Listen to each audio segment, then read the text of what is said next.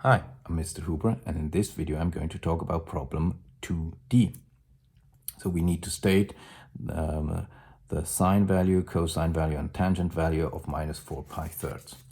Well, you can't find 4 pi or minus 4 pi thirds in this table, but you'll find pi thirds.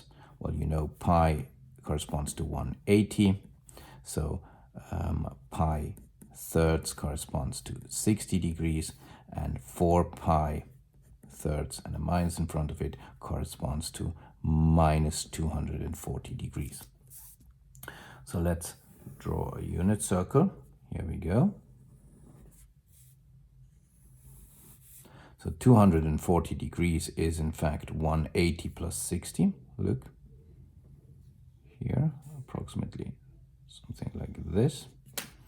So this will be a 60-degree angle. This is obviously minus 240.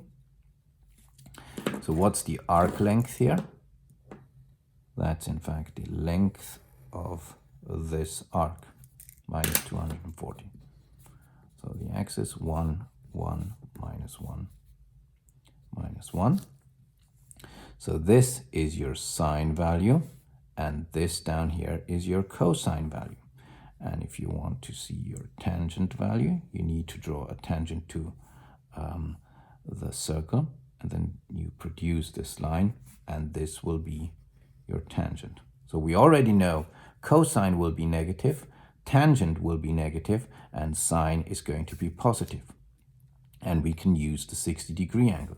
So sine of minus 4 pi thirds. So you look at sine of 60 degrees, that's the square root of 3 over 2. It's in the positive, so it's the square root of 3 over 2. The cosine of minus 4 pi thirds is sine of 60 degrees. Well, that's 1/2, but we know it's in the negative, so it's minus 1/2. That's how you use the table.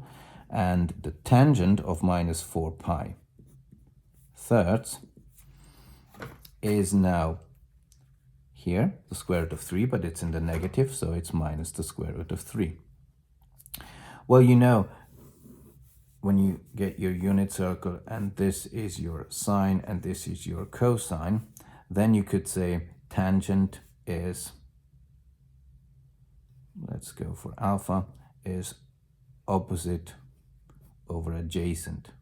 Okay, so it's like sine alpha over cosine alpha. You could use that here. So tangent of minus 4 pi thirds is like opposite the square root of 3 over 2 over minus 1/2, which when you multiply it by its reciprocal